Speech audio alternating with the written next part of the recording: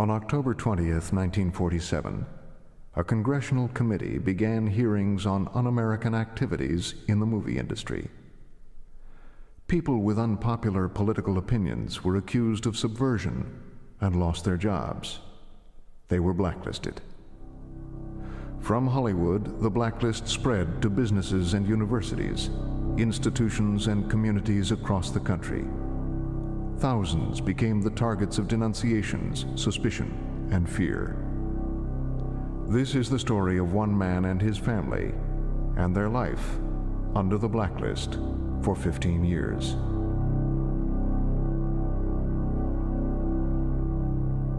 Blacklisted, Episode 3, A Long Way from Home.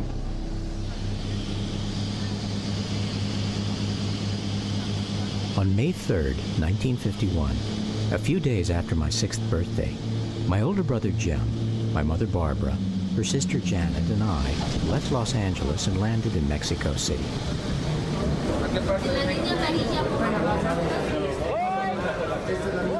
I spotted my father Gordon at the airport, a short, gray-haired man of 50 in a monocle and goatee, in a sea of brown faces, waiting behind the glass at the passport control. I felt an enormous relief. I hadn't told anyone, but for almost a year, I'd been pretty certain he was dead. Hello, Angel. My mother was still on 2 crutches from a recent hip operation. Oh, no, I'm fine. And the guards let us through customs quickly. And into the old Chrysler my father had fled across the border in 9 months before.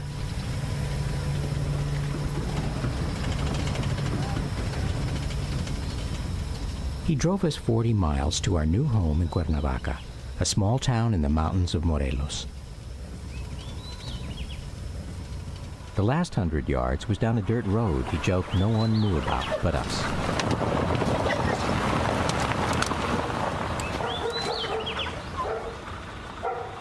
Our huge French poodle, Mimi, had arrived in a cargo crate the day before. I'd never seen her so excited. After nearly a year, we were a family again.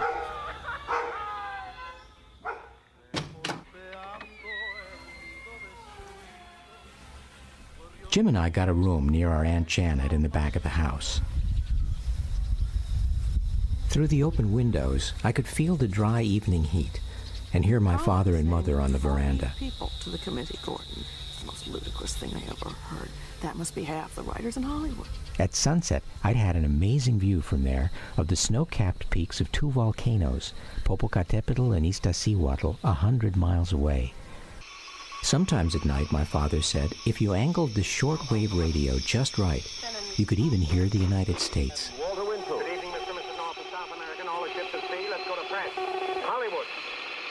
Back home, the news wasn't good. House Un-American Activities Committee today heard its most detailed public testimony about communist operations in Bolivia. Film writer and former communist Richard J. Collins named 40 writers, producers, and others as fellow communists with him in the movie colony.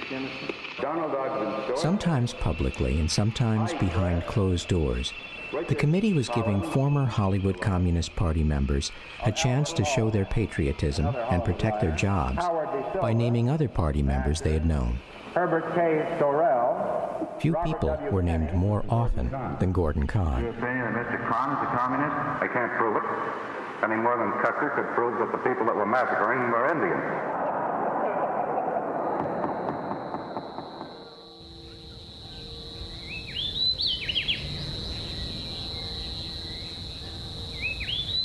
My father had been one of the first screenwriters to be identified as a communist during the committee's hearings over 3 years before in 1947. He'd also been blacklisted and hadn't worked a day since under his own name. Now the committee was back. Hundreds of others in the film business lived in daily dread of being called or identified as communists by others, and losing their jobs and reputations too. One of them was my mother's closest friend. Dear Barbara, every morning I go to the studio, drag myself through the day, smile, greet people, and wonder how they'll act if I get called. I take sleeping pills at night and wake-up pills to get me going through the day. Disavowing allegiance to the Soviet Union is easy. but it follows, and Follows. this is where the anguish This comes is where in. the anguish That one comes must in. be anti the party leadership. That one must be anti the party leadership in our own country, too. And name their names. And I don't know what I'll do if my luck can't hold out forever. I have to take my turn on the stand. Whatever happens, remember, Barbara, I will always love you. 2 weeks after we arrived in Mexico, Mother's friend got her subpoena and named 84 people, including Gordon Kahn. Kahn, a screenwriter, dodged a committee subpoena over 9 months ago and is reported to be in Mexico. The committee may order him back, Chairman Beldy asserted. We're anxious to talk to him. In other news, more suspected communists were fired from government jobs as President...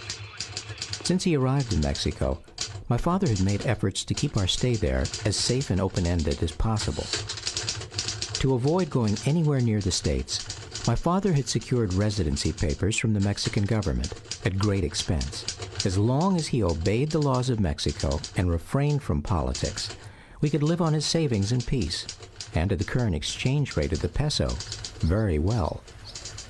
Darling Lucy. He wrote an old family friend in Hollywood.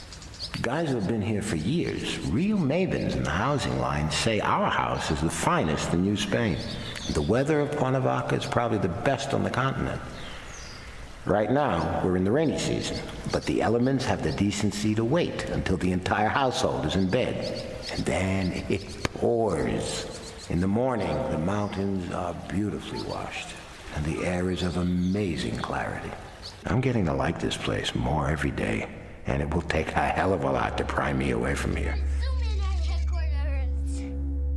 It took less than 5 months to prove him wrong.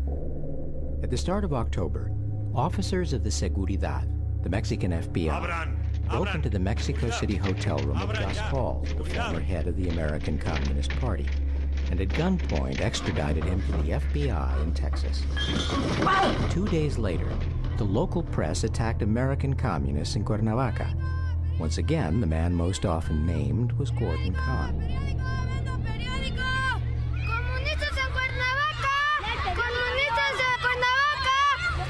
Gordon Kahn, a small man in a monocle recalled in Hollywood as a writer of B pictures, has shattered the tranquility of the once pleasant resort of Cuernavaca with his communist cronies.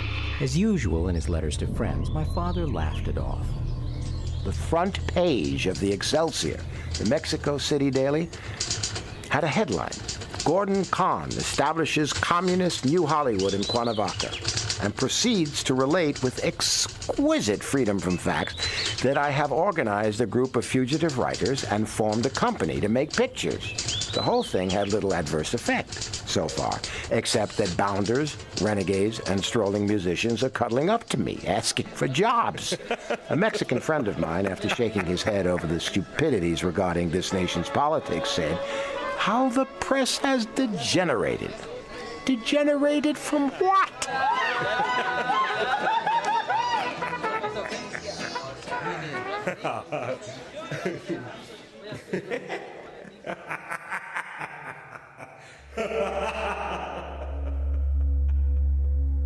But he must have been frightened. He was certain the developments had all the traces of an effort by J. Edgar Hoover in the FBI. Update the Bureau transmittal slips of last December and February to the ambassador in Mexico, as it seems possible that the time is arriving for direct action of some kind. As I learned when I finally read my father's FBI files, he was right.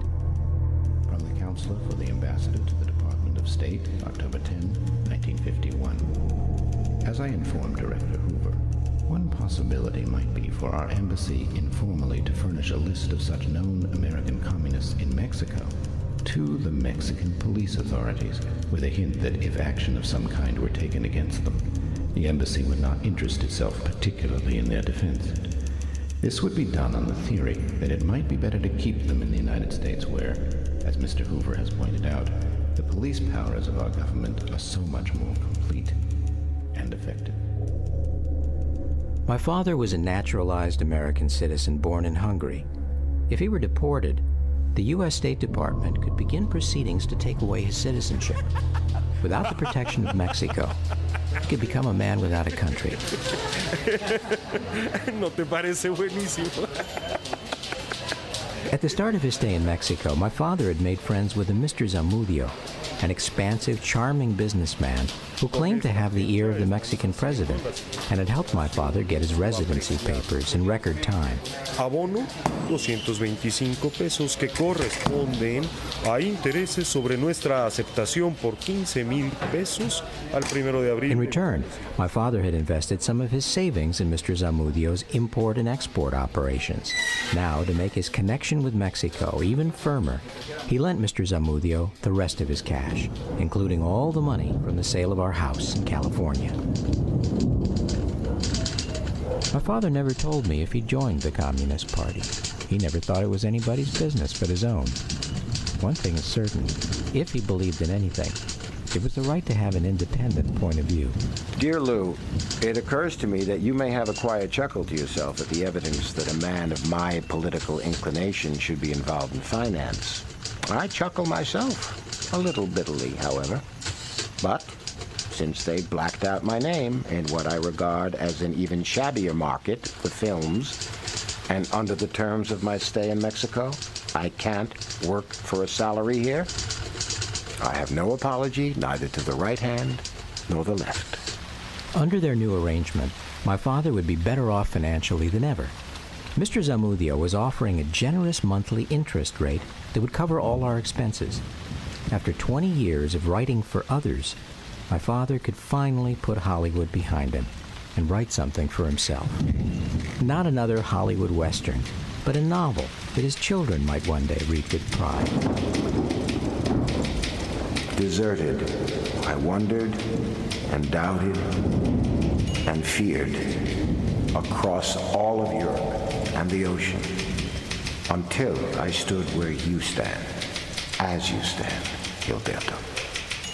He called it A Long Way from Home, the story of a 17-year-old Mexican-American named Gilberto, who flees to Mexico to avoid serving in the U.S. Army during the Korean War. Rooted in the politics of the 50s, the novel also drew deeply on his own past at the turn of the century, when he was a stranger in a new land called America.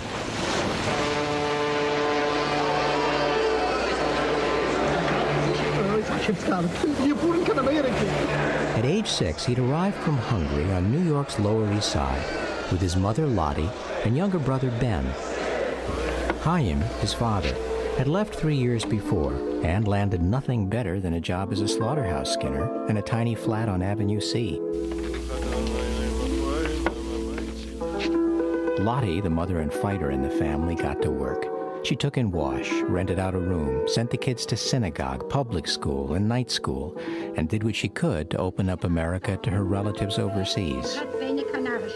My father never talked much about those early years of poverty in New York, but I have a studio portrait of his family from 1915. There were 6 kids by then, and they're all dressed up, holding perfectly still for the camera, looking somber and prosperous. It's an illusion. Unable to afford both the picture and the trolley fare that day, they'd walked for hours from the Lower East Side to the photographers in the Bronx. They were exhausted, and their feet ached. Of the group, my father seems the most alert. Stand still, Gordon. Looking straight back at the camera. The sun rose and set on Gershi, as they called him.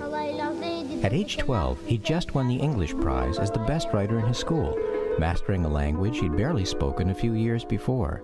And he'd already decided that a writer was what he was going to be, who would go everywhere, see everything, and cover America from every angle he could.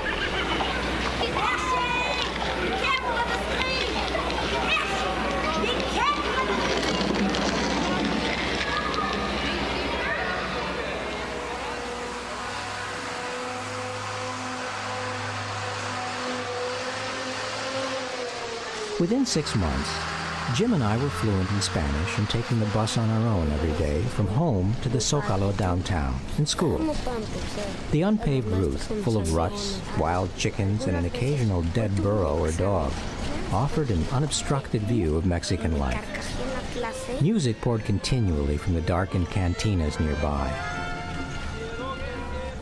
On one ride, a drunk young woman stumbled out from a cantina into the light and in a voice brimming with a broken heart, sang a popular tune called No Vale Nada la Vida.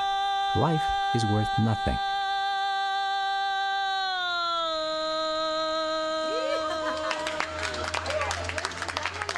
The people on the bus knew what she meant.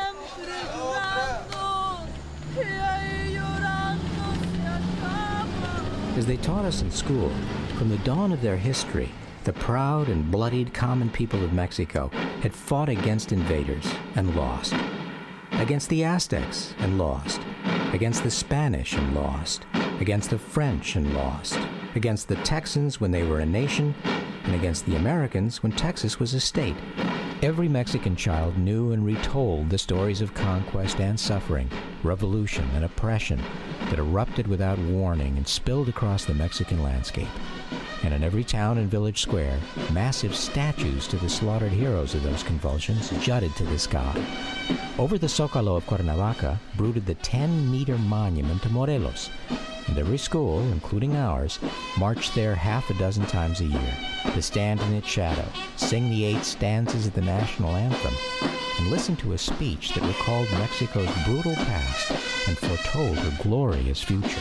México, creo en ti, porque eres el alto de mi marcha y el punto de partida de mi impulso, mi credo, patria. And not an instant of that glory belonged to Jim and me. As my classmates reminded us, we were gringos from the north. In the blood-drenched past of Mexico, we were the bad guys. In the glorious future, we had no place. I'd heard that message before, in California. The word kids called me then was communist. But to me it meant the same. Outsider. Get out. You don't belong. Still, I kept trying to fit in. I played soccer. I memorized the national anthem. I drank water straight from the tap. I got salmonella.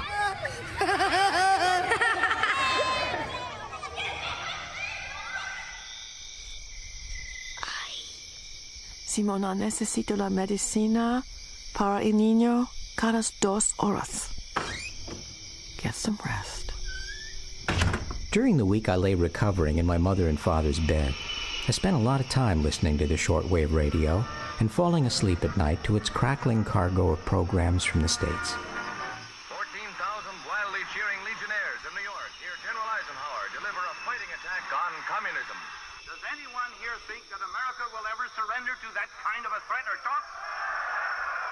I'd been here in Mexico for almost 3 years now, and I wondered if I'd ever see the United States again. Superman! The land where I'd been born, that never lost a war, and that had the A-bomb, the biggest weapon in the world.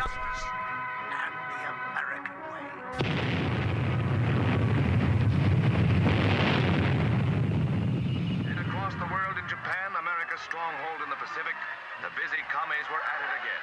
Sometimes I'd drift off and dream I was back home. But far more sinister to Americans was home front communism. From their ranks will come the saboteurs, spies, and subversives, should World War III be forced upon America. And then I'd remember we weren't welcome there either. All because of something bewildering called politics that made us communists to the Americans, gringos to the Mexicans, and outsiders wherever we went. One of the greatest peacetime spy dramas in the nation's history reaches its climax as Julius Rosenberg and Mrs. Ethel Rosenberg, convicted of revealing atomic secrets to the Russians, enter the federal building in New York to hear their doom in the electric chair. And my dreams would darken, and I'd be on the front lawn, rolling down the hill, away from the house, fighting someone whose face I couldn't see, my punches thick and sluggish, rolling farther and farther from my family, where they stood, frozen, on the veranda, calling out my name.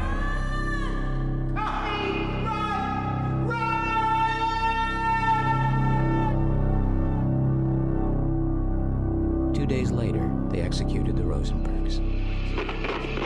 When they threw the switch, Julius, the first to go, took 3 jolts of electricity.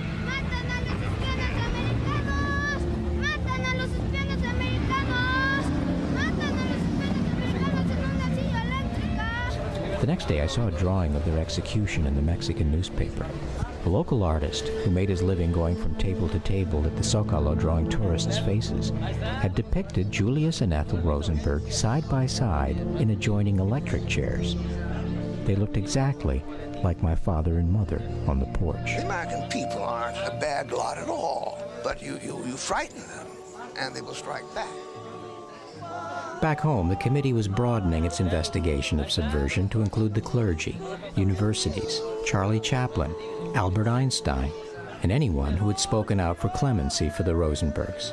Dear Mr. Hoover, I am unalterably opposed to communism in all its forms, and always have been. Never knowingly signed any petitions or joined any organizations having communist affiliations. If you are at all concerned about your future, you are advised to write a letter to the committee or the FBI telling them you were on their side. I respectfully request an opportunity to I don't think my father ever knew, but one of those correspondents was a member of his own family who had been afraid of losing his government job. Assured of my cooperation. It was looking like we were going to be in Mexico a long time.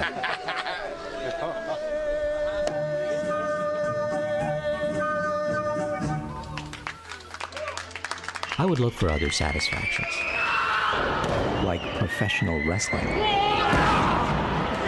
On his next visit from Mexico City, Mr. Zamudio had promised to bring me a white satin mask, like the one worn by the country's top professional wrestler, El Santo, the Saint.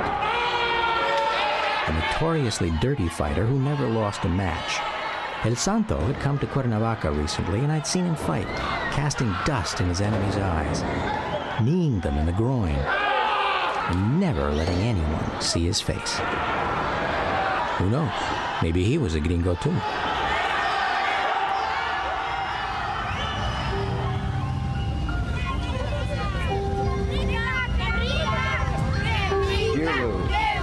Frozen custard wagon has made its appearance in the plaza here. At the touch of a lever and 60 centavos, a gleaming, chromium-plated sphincter opens, gushing ice cream with a great surge of power. 1953 saw a lot of new Americans in Cuernavaca for the sun, the cheap living, and the opportunity to make a new start. One of them started the town's first soft ice cream business, became a friend of my father's, and invited him to invest. Certain the ice cream would be as big a hit in Mexico as cotton candy, my father decided to call back his loan to Mr. Zamudio and put it in the new venture. But Mr. Zamudio wasn't answering. October 20, 1953. Called Zamudio to inform him of needed 17,500 pesos by first of month. Didn't hear from him. November 16th. Left memo for Don Jorge about 40,000 by January 1. No reply. January 7th. No action from Zamudio. Why is he avoiding me? As collateral on the loan, Mr. Zamudio had left some securities for my father in a safety deposit box in Mexico City. When my father's attorney opened the box, the securities were gone. March 2nd, disastrous news from Orozco as to papers. Horrible situation looming. Zamudio ducking out. Zamudio apparently had never invested my father's money and had been sending a little of it back as interest every month to play him along. Mother was in New Hampshire taking care of her sick father, and for a while at least, my father was able to conceal the bad news not only from Jim and me, but from her. But it was looking like Mr. Zamudio had skipped out with every penny we had. 3 weeks later in Mexico City, a month short of his 51st birthday, while trying to track down Zamudio for a meeting, Joe, my father collapsed on the street. Joe! His youngest brother, Joe, who was visiting from the States, helped him to a hotel where my father managed to pull himself together. The next day, my father's doctor told him that he had survived a heart attack. My father made Joe promise to keep the attack a secret.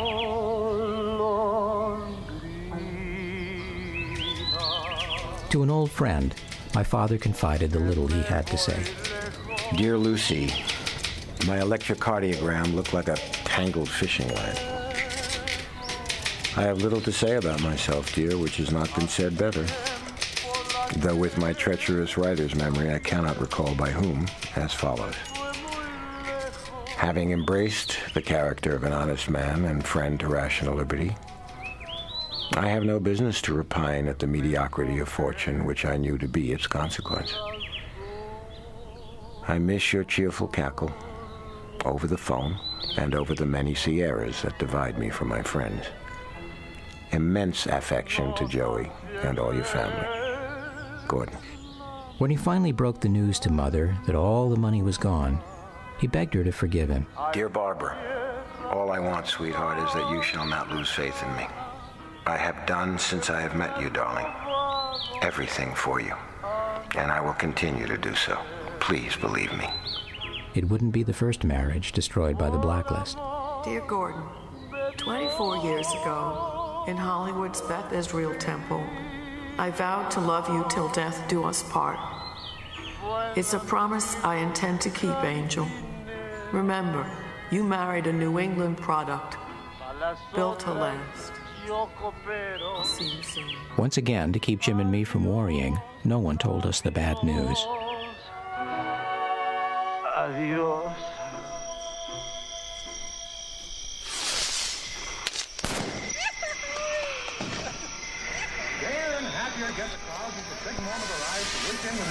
New Year's Eve, they let Jim and me stay up past midnight. I silently made a few resolutions of my own. In a few months, I'd be 10, almost the age when most Mexican kids went out into the world and helped their families. I knew we needed each other more than ever. It was time I grew up, too. When Mother and Janet went to renew their tourist cards in the States, I resolved I wouldn't plead with them to take me anymore.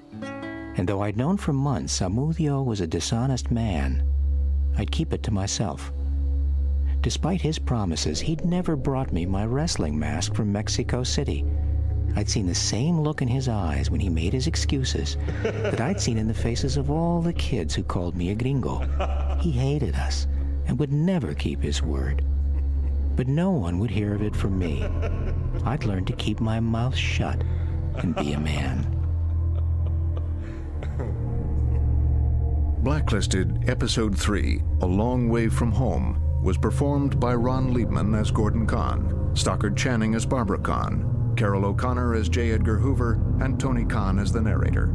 The cast also featured Julie Harris, Eli Wallach, John Randolph, Spalding Gray, Andreas Teuber, Susan Stamberg, Scott Simon, Andy Bowers, Andrew Kahn, Lainey Zira, Santiago Garfias, Jonathan Turok, Dalton Trumbo, Ruth Vichulis. Your announcer is Will Lyman. Blacklisted was produced, written, and directed by Tony Conn.